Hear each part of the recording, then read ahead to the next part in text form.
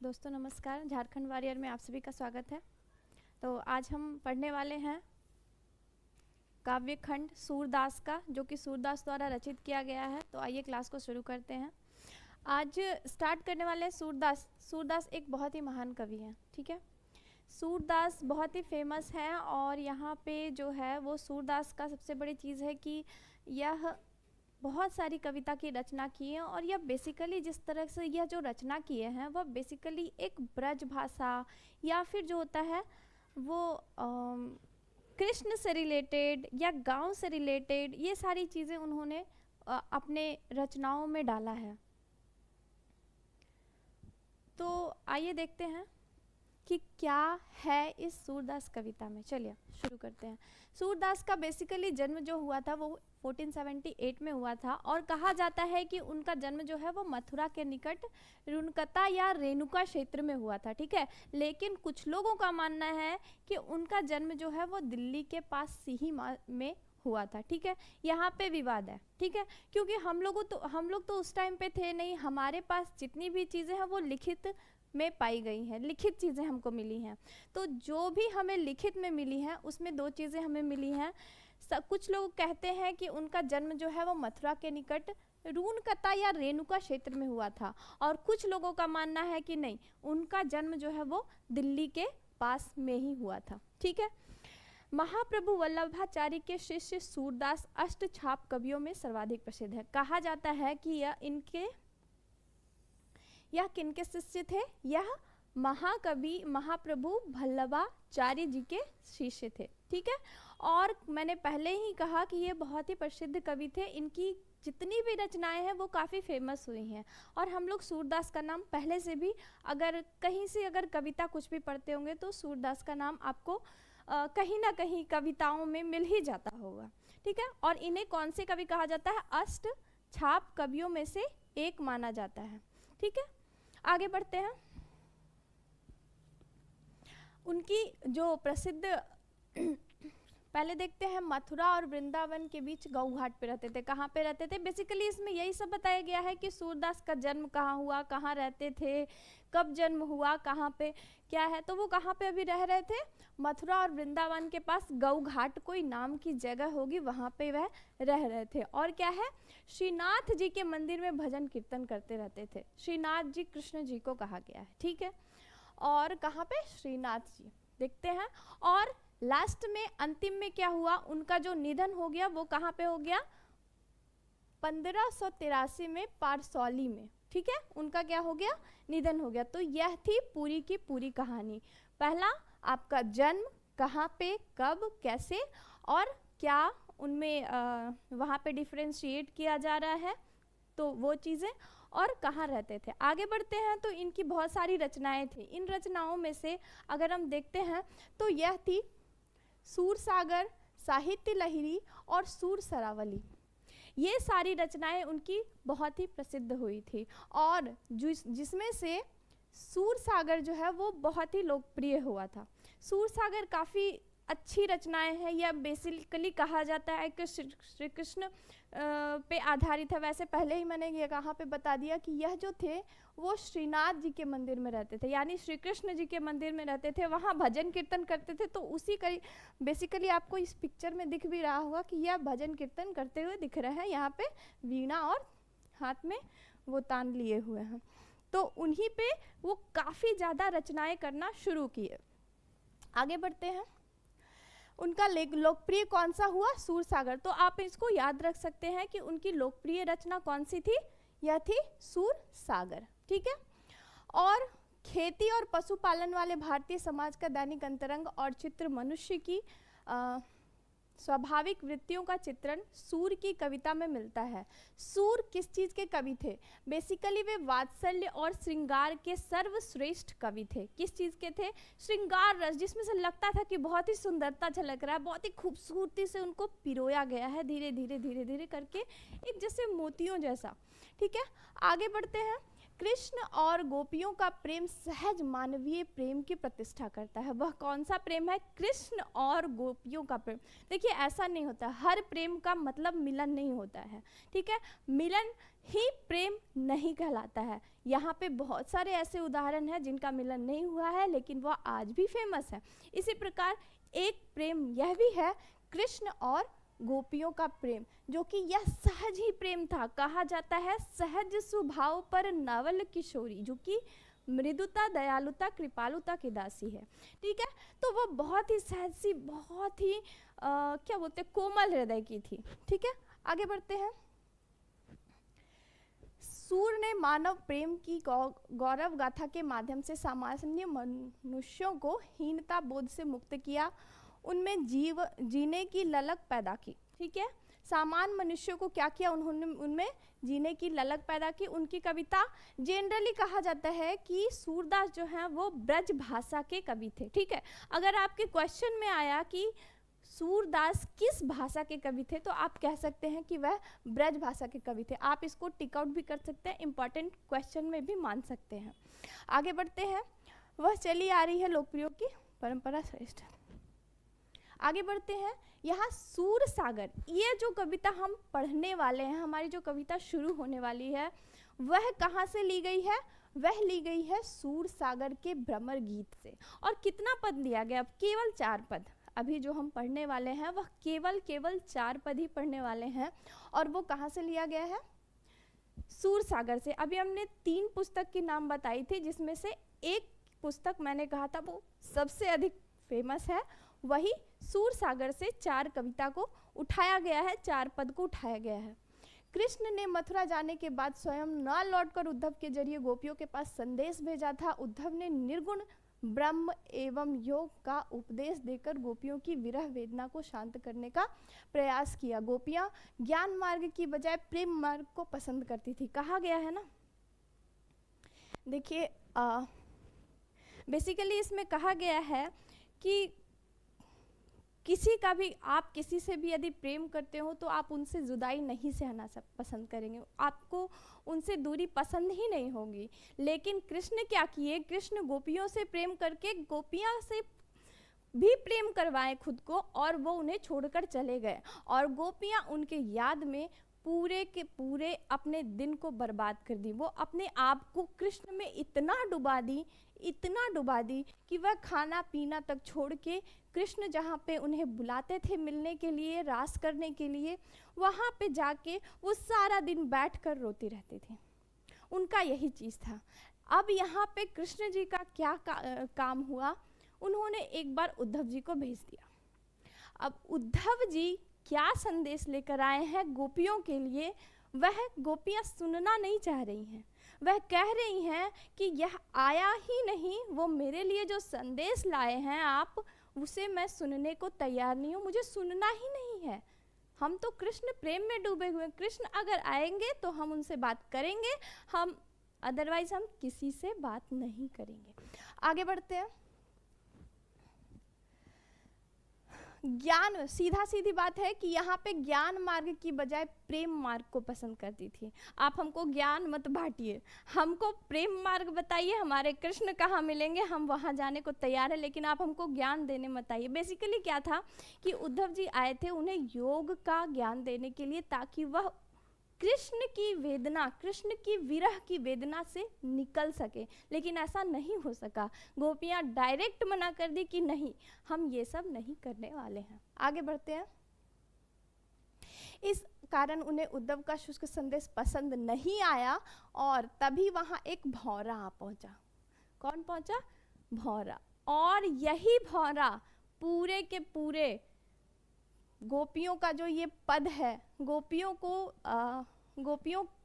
जो है इस भौरा के जरिए क्या है, उद्धव जी को सारी बातें कहना शुरू कर दी, खरी खोटी सुनाना शुरू कर दी। खरी खोटी मतलब समझते हैं? इसका मतलब होता है कि मतलब बुरा भला, बहुत ही नहीं अच्छा है, लाइक दिस, ठीक है। आगे बढ़ते हैं। अब क्या है, भ्रमर गीत। अगर यहाँ पे भौरा पहुंच गया है तो भौरा को संस्कृत में कहते हैं भ्रमर।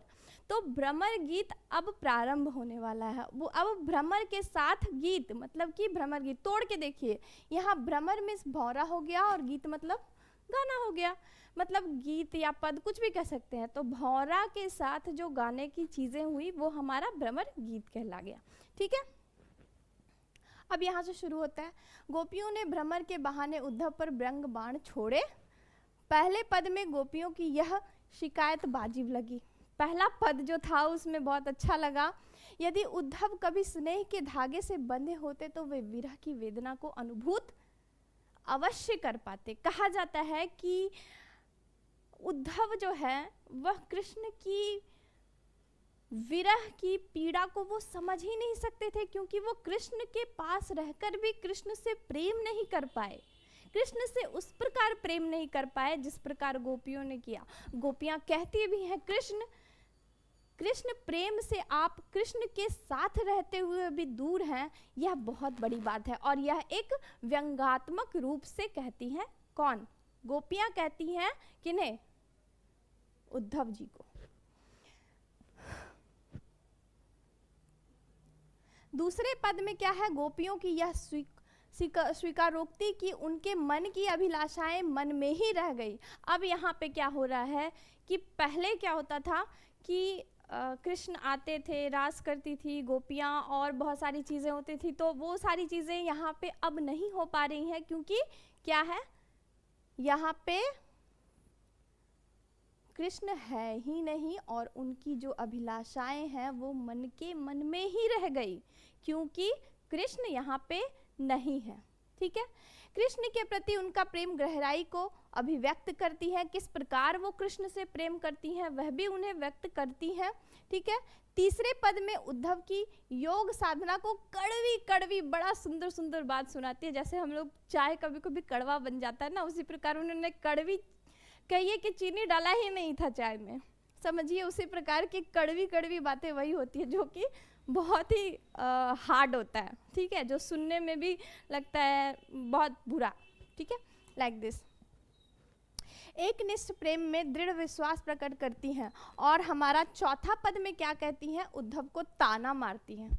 ठीक है, चौथे पद में बेसिकली वो उद्धव जी को ताना मारना शुरू कर देती हैं कि कृष्ण तो अब राजनीति पढ़ ली है, कृष्ण ने अब राजनीति पढ़ ली है, हमें ज्ञान देने की आवश्यकता नहीं है, जो राजनीति पढ़ लिया है वो प्रेम को नहीं समझ पाएगा। अंत में गोपियों द्वारा उद्धव को राजधर्म यानी प्रजा का हित याद दिलाया जाता है।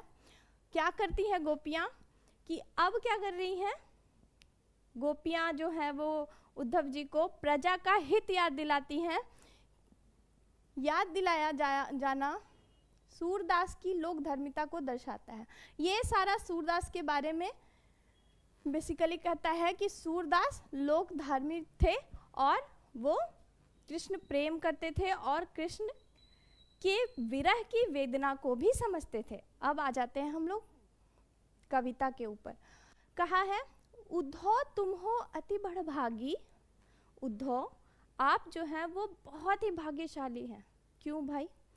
अपरस रहत स्नेह तगाते नाहिन मन अनुरागी। ठीक है, आप क्या है कि आपके साथ, तगा मतलब होता है धागा। ठीक है,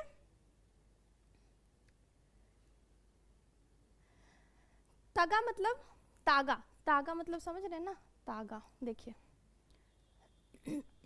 तागा जो एक धागा होता है, धागा, धागा कह सकते हैं तागा को। ठीक है, और अपरस मतलब नहीं, कोई रस नहीं, किसी प्रकार का कोई संवेदना नहीं, उसी को अपरस कहते हैं। अपरस मतलब अप तो यहाँ पे एक निगेटिव वर्ड हो गया, और रस मतलब होता है बड़ा ही प्यारा सा कोमल, ये सुंदर सा वर्ड है, मतलब कोमलता को दर्शाता है, कोई भी रस नहीं है। ठीक है, अपरस रहत स्नेह तगाते नहीं न मन अनुरागी। ना स्नेह है और ना ही स्नेह का धागा है और ना ही मन में अनुराग है, ना ही मन में प्रेम है। ठीक है, पुरैनी पात रहत जल भीतर। जिस तरह का पुरैनी का पत्ता, पुरैनी का पत्ता कहते हैं किसे? कमल के पत्ते को। किसे कहते हैं? कमल के पत्ते को पुरैनी का पत्ता कहते हैं। पुरैनी, पुरैनी बेसिकली कहा जाता है कमल के पत्ते को, ठीक है। तो जिस तरह से कमल जल के भीतर होते हुए भी जल में वो अछूता है, जल को छू नहीं पाता है, उसी प्रकार तारस देह न दागी, आप कृष्ण के साथ रहते हुए भी कृष्ण को समझ नहीं पाए हैं और कृष्ण से प्रेम ही नहीं कर पाए हैं। आप बहुत ही उत्तम हैं, बहुत ही भाग्यशाली हैं, ठीक है। आगे बढ़ते हैं। जो जल माह तेह गागरी, जो जल माह तेल की गागरी, बूंद न ताको लागी। जिस तरह से अगर किसी भी चीज़ को आप पानी में, तेल को पानी में मिला दीजिएगा तो वो कभी मिक्स नहीं होने वाला है, उसी प्रकार जिस प्रकार तेल की पानी को आप कहीं भी तेल में पानी डाल दीजिएगा तो वो अलग का अलग ही रहेगा, उसी तरह से आप कृष्ण के प्रेम से अछूता है, आपकी एक छींट भी नहीं पड़ी है आपके ऊपर कृष्ण का प्रेम का, ठीक है। प्रीति नदी में पाँव न बोरियो, दृष्टि न रूप परागी। आप प्रेम की नदी में अपना पैर तो डाले ही नहीं, ठीक है। परागी मतलब होता है भौरा, नहीं, हाँ। तो प्रीति नदी में पाँव न बोरियो, आप प्रेम की नदी में अपना पैर तो डाले ही नहीं है, ठीक है। और इस प्रकार आप कृष्ण के प्रेम से मुक्त हैं, यहाँ पे आप मुक्त हैं।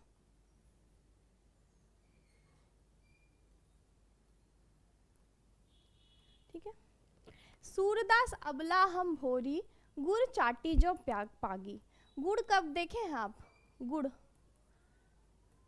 अगर आप गुड़ को देखिएगा कि गुड़ के आसपास इतनी सारी चींटियां लगी होती हैं, क्यों ना वो चींटियां मर जाए लेकिन वह गुड़ को नहीं छोड़ती। हम मर जाएंगे लेकिन कृष्ण को नहीं छोड़ेंगे, कृष्ण प्रेम को नहीं छोड़ेंगे, आप हमें ज्ञान मत दीजिए, उनका कहना यही है, ठीक है। और यह चीज़ जो है वह क्या कर रही है, कृष्ण को वो नहीं, वो डायरेक्टली नहीं कह के वह एक भौरा को, ये हमारा भौरा है, ये जो भौरा है इस भौरे को सारा का सारा चीज सुना रही है, जबकि यहाँ पे उद्धव जी हैं और यहाँ पे सारी गोपियाँ हैं। यह गोपियाँ, पहले क्या होता था कि पहले के टाइम में गोपियाँ जो है या फिर कोई भी स्त्री जो होती है वो डायरेक्टली बात नहीं करती थी, वह क्या किसी को टारगेट करके करती थी। यानी कि अगर हम और आप सामने खड़े हैं तो बीच में इस पेन को टारगेट कर रही हूँ, मैं आपसे इस तरह से बात करी, तो ये हमारा पहले के टाइम पे संवाद होता था, ठीक है। तो वह भौरा को टारगेट की थी क्योंकि आसपास में एक भौरा ही उस समय उपस्थित था। आइए देखते हैं, मन की मन ही मांझ रही। क्या हो रहा है कि मैं अपने मन को मन में ही मांझ रही हूँ, मन के अंदर ही रख रही हूँ।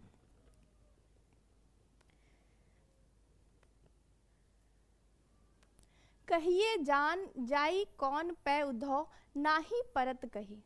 ना न जाने का कुछ भी नहीं है, ठीक है, मन में ही अपने रख रहे हैं उद्धव, और तुम्हें कोई बात का ज्ञान नहीं है, कुछ नहीं कर पाएंगे हम। अवधि आधार आस आवन की, तन मन बिथा सही, ठीक है। आने की जो आस थी हमारी वह क्या हो गई, आस मतलब आपको बता देते हैं, ठीक है। आस मतलब हम यहाँ बता रहे थे, आस मतलब होता है आने की आशा, मतलब कि सोच, हमारा एक आशा होता है, कहते हैं ना कि इस बार आशा था ये नहीं हुआ, इस बार ये, मतलब अपने आने की जो आस थी वह भी आज क्या किए, उनके आने की, मतलब कृष्ण के आने की जो आस थी, तन मन बिथा सही, अपने मन का मन में ही मैं मांझ रही हूँ, अपने मन में ही अपने विथा को रख रही हूँ, ना मैं किसी को सुना पा रही हूँ, ना ही मैं उससे निकल पा रही हूँ, ठीक है। अब इन जोग संदेशनी सुनी सुनी बिरहिनी बिरह दही, ठीक है। अब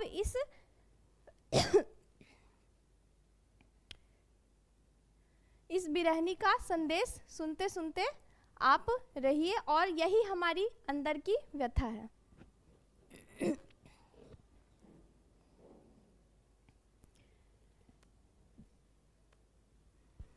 अब देखते हैं आगे है, चाहती हुती गुहारी जतही तय उतते धार बहे, ठीक है। चाहती हुती, हुती मतलब थी होता है, ठीक है। एक बात बताते हैं, हुती मतलब थी होता है, ठीक है। और गुहार मतलब किसी को गुहार लगाना, किसी को बुलाना, ठीक है, कॉल करना, टू कॉल कह सकते हैं, ठीक है। गुहार लगाना, बुलाना, ठीक है। उतते धार बही, ठीक है। उस प्रकार जो है कि हम गुहार तो लगा रहे हैं पर कुछ धार बह नहीं रही है। सूरदास अब धीर धर ही क्यों मर्यादा ना लही, अब हम मर्यादा को लांघ कर अब हम कैसे धीर धरे, हम इस मर्यादा को लांघ नहीं पा रहे हैं, ठीक है। हमारे हरि हारिल की लकड़ी, हारिल एक पक्षी का नाम होता है, ठीक है। हारिल जो है वो एक पक्षी है जिसके पाँव में जो है वो लकड़ी लगी हुई होती है। वह क्या है, पाँव में एक लकड़ी लगी हुई होती है। हारिल की, इस पक्षी के पाँव में लकड़ी लगी हुई थी। मनकम बचन नंद नंदन उर यह दृढ़ करी पकड़ी। इसी प्रकार नंद नंदन यानी कि कृष्ण नंदन, नंद नंदन, कौशल्या क्या आपको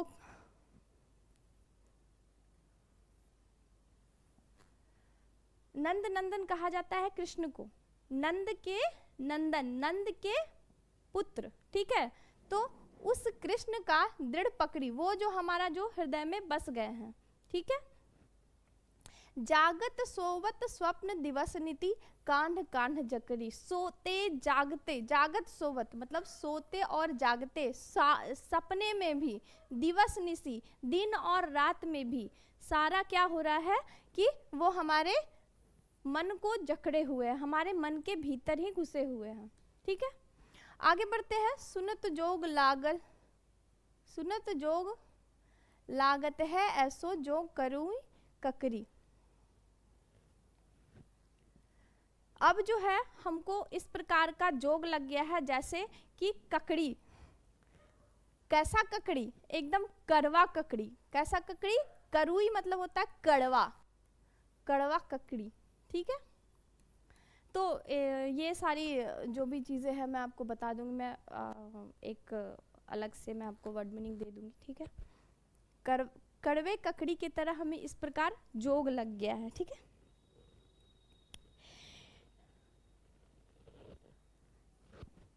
सुनत जोग लगता है ऐसो जो करे ककड़ी, सूतो व्याधि हमको ले आयो देखे सुनी न करी, ठीक है। ये सारी बातें उसे ही सुनाओ जिसको ये भा रहा है, जिसको ये समझ में आ रहा है। मुझे तो ये सब समझ में नहीं आ रहा है। जिनको प्रेम का रोग ना लगा हो, सीधी बातें हैं कि जिन्हें प्रेम का रोग ना लगा हो उन्हें ही ये सारी बातें बताओ। ये सारी योग की बातें और जोग की बातें जो भी है वो मुझे नहीं भाने वाली है, ठीक है। आगे देखते हैं। यह तो सूर तिन्हई ले सौंपो जिनके मन चक्री, ठीक है।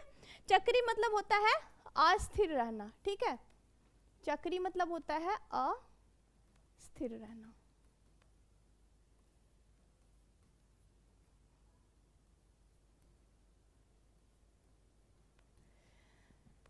आगे बढ़ते हैं। हरि है राजनीति पढ़ी आए, हरि जो हमारे कृष्ण, हरि यहाँ पे कृष्ण को दर्शाया जा रहा है। कह रहे हैं कि हरि तो अब राजनीति पढ़ लिए हैं, ठीक है। समझी बात कहत मधुकर के समाचार सब पाए, हम समझ गए उनका जो समाचार हम पाए हैं, हमें कुछ नहीं चाहिए उनके समाचार को। इक अति चतुर हुते पहिले ही अब गुरु ग्रंथ पढ़ाए। एक तो चतुराई से तुम यहाँ से चले गए हो और हमें अब गुरु ग्रंथ पढ़ा रहे हो, मुझे नहीं पढ़ना गुरु ग्रंथ, मुझे अब नहीं पढ़ना। बड़ी बुद्धि जानी जो उनकी जोग संदेश पठाए, बहुत बुद्धि लगा के वो एक जोग संदेश का मुझे जो भेजे हैं। उद्धव भले लोग आगे के परहित डोलत डाए, अब अपने मन फोर पहिए चलत जू हेतु चुराए, ठीक है। कहा जा रहा है कि ते क्यों अनीति करे आपुन जे और अनीति छुड़ाए, राज धर्म तो यह सूरजो प्रजा न जाहि सताहे।